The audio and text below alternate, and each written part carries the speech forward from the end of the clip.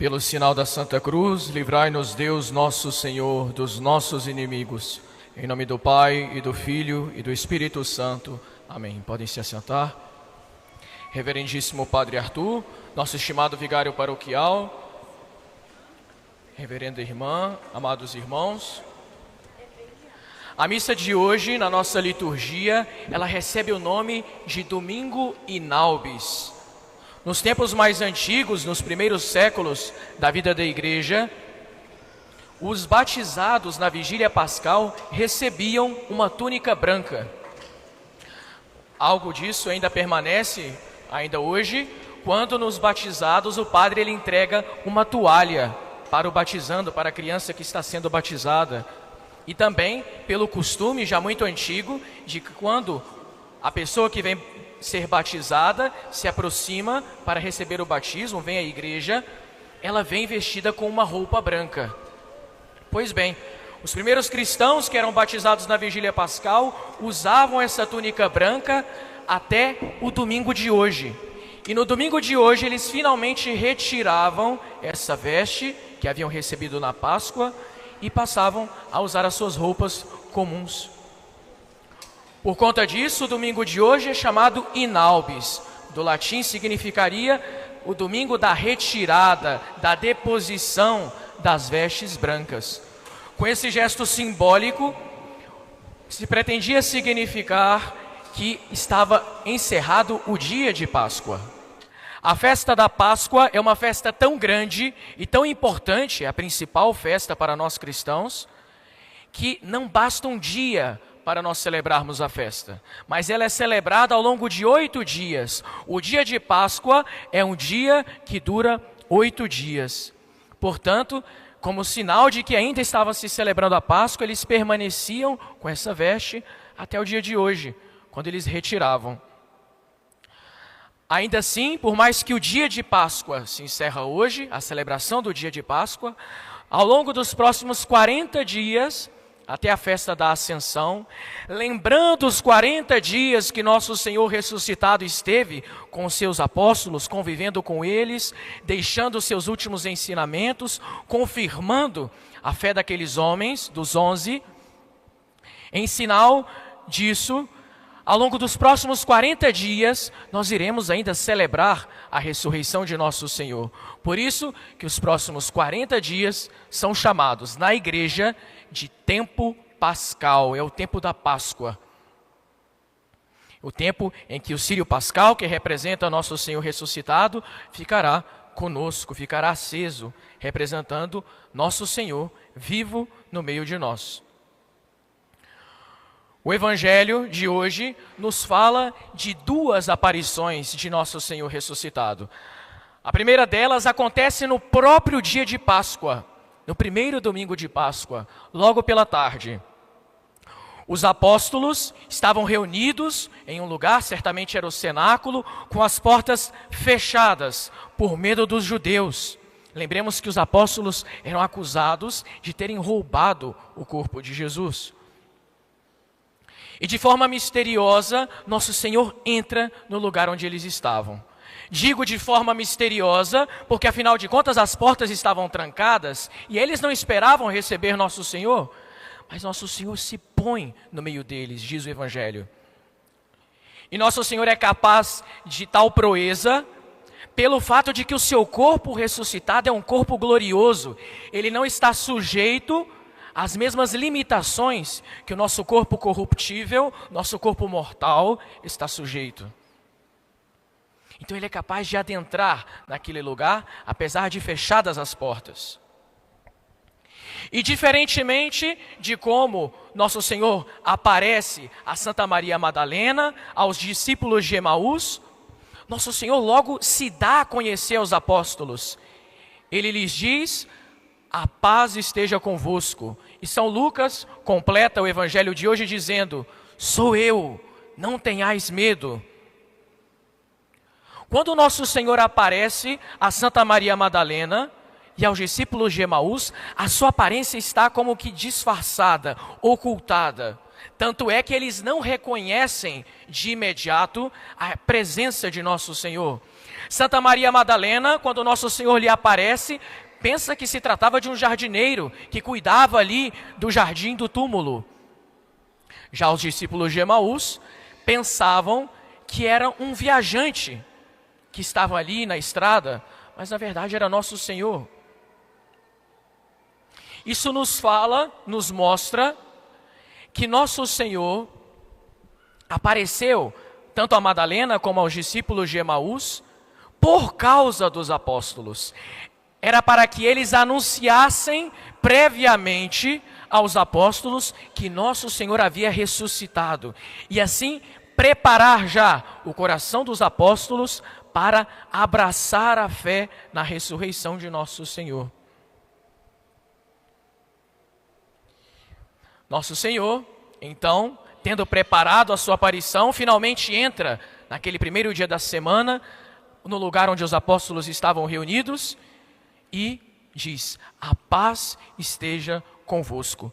O evangelista São Lucas nos diz que também nessa primeira aparição, nosso Senhor pede para que os apóstolos vejam, observem e toquem as suas chagas gloriosas, para provar, mostrar assim que não se tratava de um fantasma, de uma assombração, mas que era realmente, verdadeiramente, nosso Senhor Jesus Cristo, com a sua carne.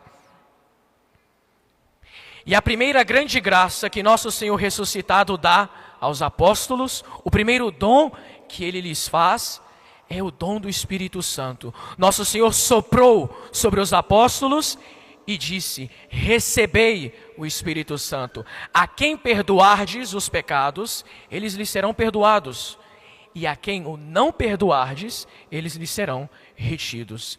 Nosso Senhor aqui institui o sacramento da penitência, da confissão.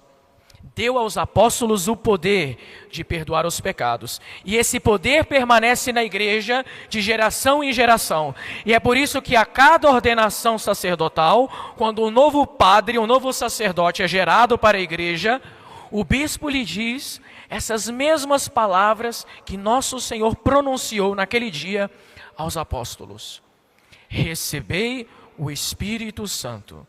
A quem perdoardes os pecados, eles lhes serão perdoados. E a quem o não perdoardes, eles lhes serão retidos. Essa foi a primeira aparição de nosso Senhor. E São Tomé não estava em meio aos 11 naquele dia. Se nós nos perguntamos o porquê dessa ausência desse apóstolo, nós poderíamos dar duas razões. Tomé poderia ter ficado decepcionado, poderia ter um desgosto diante dos rumores que já começavam a respeito da ressurreição. Ele, incrédulo, não queria dar ouvidos, talvez, ao testemunho de Madalena, dos discípulos de Emaús, e teria se afastado dos demais apóstolos. Ou ainda, conforme diz São João Crisóstomo, ele, depois daquela debandada, aquela dispersão dos apóstolos que abandonaram Jesus na quinta-feira santa, pela noite, depois da ceia, ainda não havia se reunido aos outros. Seja como for, é fato que São Tomé recebe dos apóstolos um anúncio, como nós lemos no Evangelho agora há pouco: nós vimos o Senhor. Certamente os apóstolos contaram tudo o que aconteceu naquela aparição, aquilo que nosso Senhor dissera, como Ele se manifestou. Mas São Tomé não acreditou e pronunciou aquelas palavras famosas: se eu não vir nas suas mãos o sinal dos pregos, e não puser o meu dedo no lugar dos pregos, e não introduzir a minha mão no seu lado, não acreditarei. Essas palavras de São Tomé revelam que ele pensava que os apóstolos tinham visto uma miragem, uma espécie de ilusão. Mas eis que 8 dias depois, conforme nos conta o Evangelho, nosso Senhor faz uma segunda aparição aos apóstolos. E Ele usa a mesma forma, as mesmas palavras, novamente. Ele como que faz uma réplica, uma duplicação da primeira aparição para comprovar e mostrar a São Tomé que tudo aquilo que os apóstolos lhes disseram era verdade. Nosso Senhor entra no mesmo lugar onde eles estavam. Nosso Senhor diz as mesmas palavras: a paz esteja convosco. E depois, Nosso Senhor ainda usa as próprias palavras de São Tomé contra ele mesmo. Põe a tua mão no meu lado, coloca aqui o teu dedo, vê as minhas mãos. Não sejas incrédulo, mas homem de fé, homem fiel. Nosso Senhor bem poderia ter feito uma aparição particular para São Tomé, mas não, ele quis que fosse pública, perante os outros apóstolos, para que eles que tinham testemunhado, tinham visto a incredulidade cega de São Tomé, pudessem também ver como é forte, poderosa, essa verdade incontestável da ressurreição de nosso Senhor, que é capaz de dobrar os corações mais duros, mais fechados. E finalmente, São Tomé, aceitando esse convite de Jesus, toca nas suas chagas. E São Tomé não diz: sim, és tu, Jesus. Não, suas palavras são outras, diferentes das que nós poderíamos esperar. Ele diz: meu Senhor e meu Deus.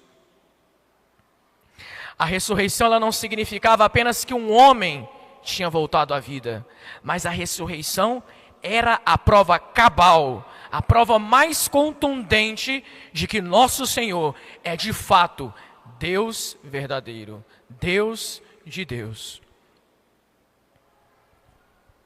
São Pedro também, há uns anos antes, tinha feito uma confissão na divindade de Jesus. Em Cesareia de Filipe, ele disse: tu és o Cristo, o Filho do Deus vivo.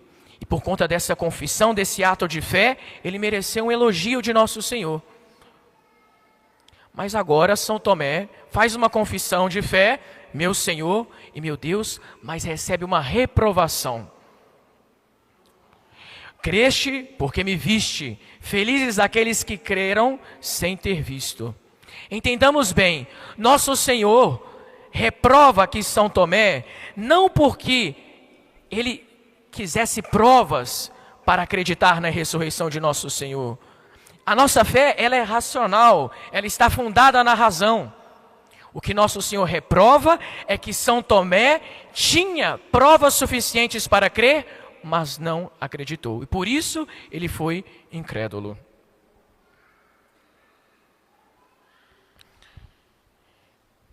Caros irmãos e irmãs, essa aparição, diferente daquilo que aconteceu com Santa Maria Madalena, serve para que os apóstolos se tornem testemunhas qualificadas da ressurreição. Quando nosso Senhor aparece no jardim do túmulo a Santa Maria Madalena, ele lhe diz: não me toque. Mas agora ele diz aos seus apóstolos e a São Tomé para que toquem nas chagas, para que vejam que é ele, vivo, ressuscitado. Porque compete aos apóstolos serem essas testemunhas da ressurreição, a anunciarem a nós que Cristo está vivo, é Deus verdadeiro, que Ele nos salvou. E essa missão apostólica de testemunhar as verdades da fé, de transmitir a fé cristã, ela é confiada de modo especialíssimo a um homem, a quem nosso Senhor nos incumbiu de confirmar-nos na fé. Esse homem, que é a pedra da nossa fé da ressurreição, é aquele a quem nós chamamos de Papa. Essa palavra carinhosa que na sua origem significa papai, porque o Papa é o nosso pai amoroso na fé. Como pai, é ele que nos ensina, como todo pai ensina, aquilo em que nós devemos crer para sermos salvos. Como pai, é ele que nos educa na doutrina sagrada. Como pai, é ele que nos ensina a andar no caminho da verdade. Como pai, é ele que nos nutre, nos alimenta com o pão dos seus ensinamentos, da sua sabedoria. Como pai, ele é aquele que vela por nós com amor. com seus sacrifícios, com suas preces, embora nem sempre nós nos demos conta disso. Mas o Papa é esse Pai que está sempre rezando por nós, se sacrificando por nós.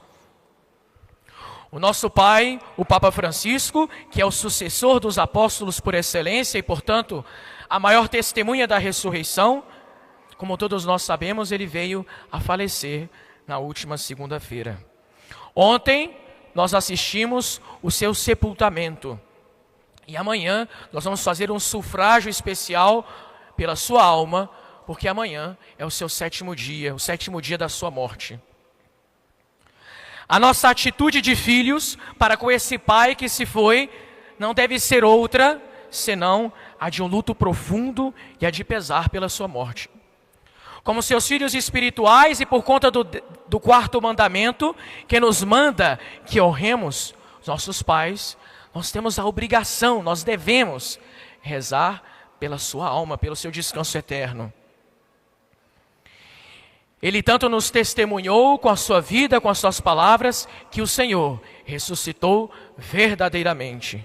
Pois bem, chegou o momento em que ele também teve de fazer a sua Páscoa. Chegou a hora em que ele também deveria ressuscitar para a vida eterna. É certo que essa função de testemunha da ressurreição que o Papa desempenha é tão vital para a igreja que logo, logo, nós teremos um novo Pai, um novo Papa. Mas por ora, nós temos que reconhecer que nós estamos órfãos. Mas, pela nossa fé, assim como São Tomé e os demais apóstolos, nós tocamos nas chagas gloriosas de Cristo. Nós somos felizes porque nós acreditamos que o Senhor ressuscitou, embora nós só tenhamos visto Cristo ressuscitado com os olhos da fé. Nós sabemos que nosso Senhor e nosso Deus vive e que Ele é ressurreição e vida para que todos aqueles que nele creem. Por isso, nós não podemos ser incrédulos, mas num gesto de fé na ressurreição de nosso Senhor, nós temos que confiar a alma do Papa Francisco a Deus na sua divina misericórdia, que também hoje recordamos de modo especial.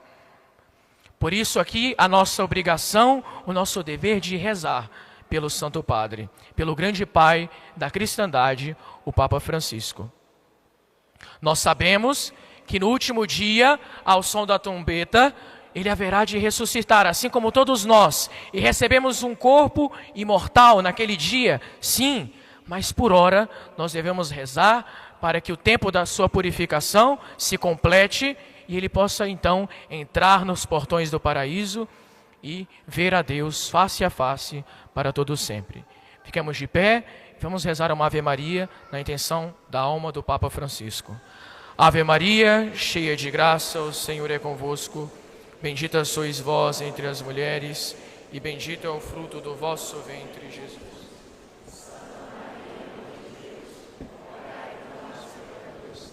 Agora e na hora de nossa morte. Amém. Misericordioso Jesus, dai-lhe o descanso eterno. Que a alma do Papa Francisco, pela misericórdia de Deus, descanse em paz. Assim seja. Em nome do Pai, e do Filho, e do Espírito Santo. Amém.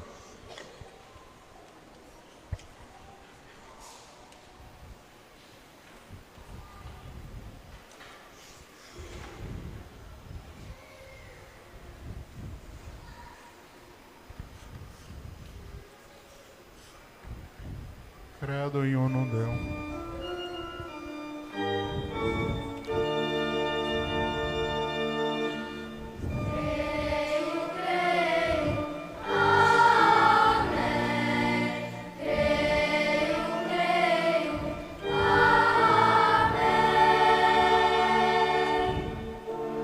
Creio em Deus Pai Todo-Poderoso, Criador do céu e da terra, e em Jesus Cristo, seu único Filho, nosso Senhor, o qual foi concebido pelo poder do Espírito Santo.